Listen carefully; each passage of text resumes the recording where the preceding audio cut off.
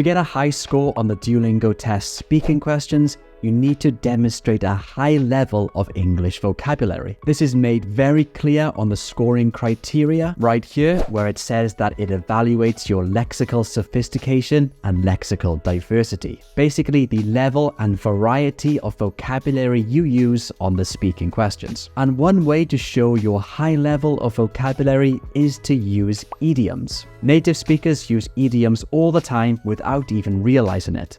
If you can incorporate some everyday idioms into your speaking answers, then it will show a high level of vocabulary. So in this video, I'm going to talk about 7 idioms you can use for almost any of the speaking questions you get on the Duolingo test. You can use these for almost any question because these idioms are all related to talking about your experiences. And most of the speaking questions on the Duolingo test, or even the IELTS test, often ask you about your experiences on a certain topic. Take a look at these sample Duolingo test speaking questions. As you can see, they are related to your experiences. It's likely you'll be able to use these idioms in your speaking answers. I will show you the idiom and a high-level answer as well, so you can see how it's used in context. Let's jump right into idiom number 1, and it is to hit the ground running, which means to immediately work hard and successfully at a new activity. Activity could mean anything, like a new job, a new course, a new sport, anything like that. So when you're talking about something new that you have started, then you can use the idiom to hit the ground running to show that you're starting it really well, successfully, or enthusiastically. Now let's take a look at a real Duolingo English test speaking question, and I'll answer it using this idiom. Talk about a time when you needed to adapt to a different lifestyle or cultural setting. How did you manage to adapt to this new way of living? When I was in secondary school, I was lucky enough to have the chance to go to France for a month to study French. And I remember being really nervous on the flight over there because it was my first time going abroad without my parents. But even though I was nervous, I was determined to hit the ground running. So as soon as I arrived, I enrolled into extra French classes, and I even joined a local French football team because I thought it was really important for me to immerse myself in the culture and make local French friends. Idiom number 2 is to learn the ropes, which means to learn how to do a particular job or activity. You use this when you're a beginner at a new job or a new hobby and you're just learning the basics. To learn the basics in an idiom is to learn the ropes. This idiom probably comes from sailing, when sailors had to learn how to use the ropes on a sailboat, which is of course the basics to sailing. So just one more time, when you're learning the basics of a new job or a new hobby or a new activity, you could say, I'm learning the ropes. Now let's see how you can use it in a Duolingo test speaking answer. Talk about a time when you faced a challenge at work or while studying.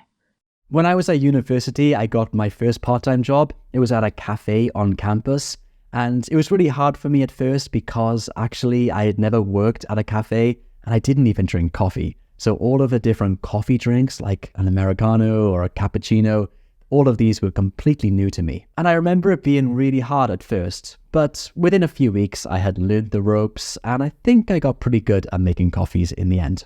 Okay, moving on to idiom number 3, which is to get the hang of something. And this simply means to learn how to do something well. This idiom is really common for talking about learning something or something you've already learned. Rather than saying, I can do it well, you can just simply say, I've got the hang of it. Or if you are currently learning that activity, you can say, I'm getting the hang of it. Native speakers use this all the time, so it's definitely one you should be using in your everyday English. Let's check it out in a Duolingo test speaking answer.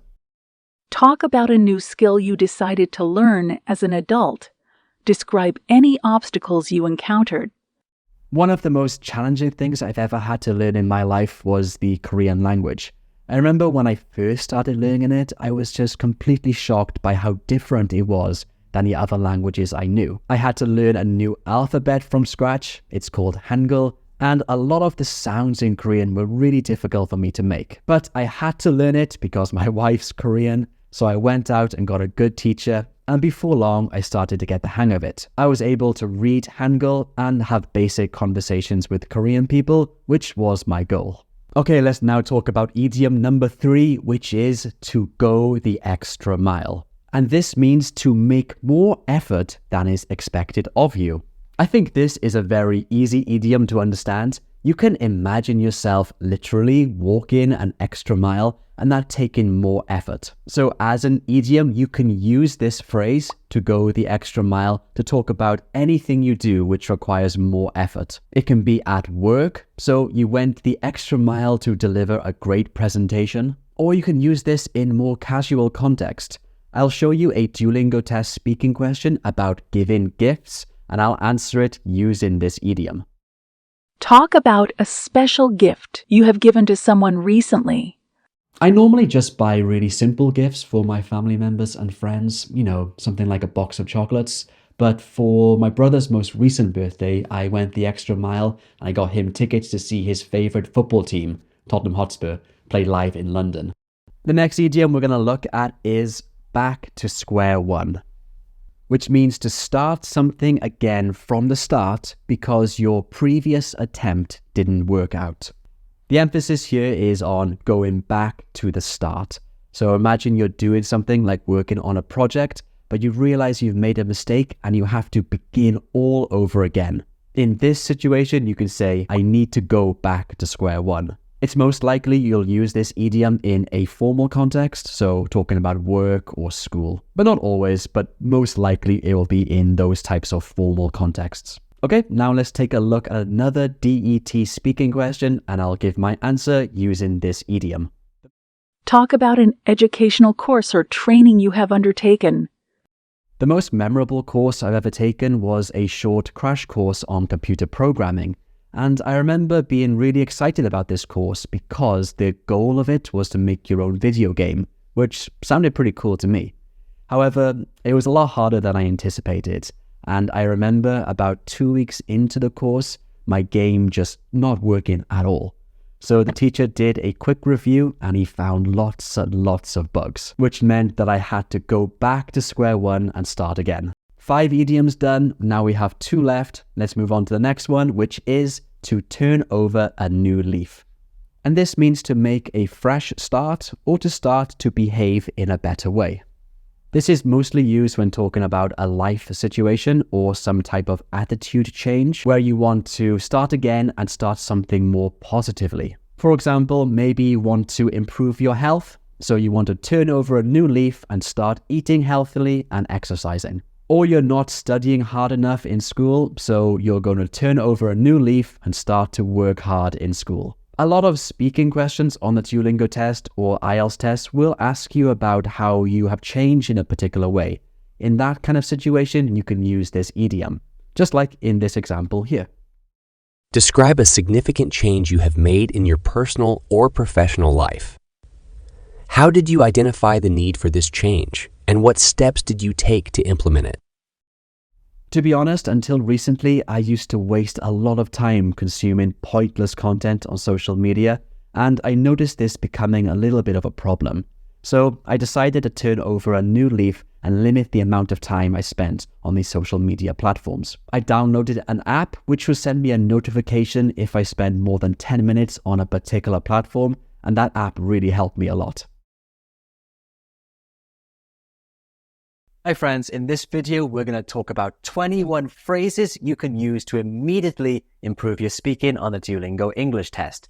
Now these phrases are helpful because they'll help you sound a lot more natural, make your answers sound more logical, and help you speak for longer. And we will start in just 1 second, but if you're new here, hi, I'm teacher Luke from DETready.com. Visit our website to find useful tools and information to help you prepare for the Duolingo English test. Okay then, well let's get started with today's lesson. I'm going to teach you these phrases by going through an answer for one of the speaking questions on the Practice Duolingo English test, and this is the question we'll look at today. Discuss public assistance offered to low-income families in your country. What kind of assistance is offered? Who can benefit? What are some of the positive and negative results of these programs? So this is the question we're going to answer. When you get a question like this on the Duolingo English test, it's good to begin your talk by using an introductory phrase. Basically, a phrase that will introduce the topic. These are a great way to begin your talk because they make you sound a lot more logical and they give you a couple more seconds to think about your ideas. Let me show you some of these introductory phrases. You can use phrases like this. Today, I'd like to talk about. In this talk, I'm going to describe, explain. I would like to talk about. I'm going to tell you about. All of these types of phrases are called introductory phrases, and they're great for introducing the topic. So here's an example in full. Today, I'd like to talk about the different types of housing assistance low-income families get in my country. Another example. In this talk, I'm going to describe the different types of housing assistance low-income families get in my country. So as you can see, using an introductory phrase like this can help you sound a lot more logical and is a great way to begin your answers. Now let's take a look back at the question we're answering today. You might notice that there are actually 3 different questions Duolingo asks you. This is very common on the read then speak question type on the test. And I strongly recommend that you answer each of these questions because it'll give you more things to talk about and help you speak for longer. But it is important how you transition from question to question. There are different phrases you can use to move from first to second to third. So let me show you some of those phrases here. For example, in regard to the first question, turning to the second question, or as for the final question. So you can use these 3 phrases to move from the first, second, and third questions, and I think they're a great way to transition. It also means that you don't have to link the ideas together to go from question to question. You can kind of begin a new idea by using one of these phrases. On top of that, if you want to go back to a question, if you have time or you have new ideas, you can use a phrase like this. Returning to the first question, or returning to the second question. Now let me show you a full example. In regard to the first question, low-income families are entitled to several types of housing assistance, but the most common, I believe, is rental assistance, where families can receive a grant to help pay their rent. As for the final question, I strongly believe that support for low-income families is essential, especially for families with children. Returning to the second question, I would like to add that low-income families are not the only ones who can receive government support, but also the elderly and people with disabilities can receive similar assistance. These types of transitional phrases from question to question are a great way to make your answers sound a lot more logical, and it makes it easier for you to move to another question. Personally, I recommend you use these when you do the speaking question on the Duolingo test. Also, on the Duolingo speaking questions, you are required to give your opinion from time to time, and there are lots of different phrases you can use to give your opinion. Of course, the most common one is, in my opinion, but you don't want to use that one all the time. You can use some different ones. So let's look at some different ways to express your opinions now. You could say something like, I'm inclined to believe that. From my point of view, or from my perspective, my impression is that, as far as I'm concerned, the way I see it. So these are 5 different phrases you can use instead of, in my opinion, and they're probably better. You'll probably get a higher score if you use one of these phrases on any English exam. Of course, in my opinion is not wrong. You just don't want to use it all the time. Now I'll show you a few quick examples on how you can use these phrases in your answers. So here's a full example. I'm inclined to believe that housing assistance is essential for many low-income families, especially families with young children. Another example. As far as I'm concerned, housing assistance is vital for many struggling families.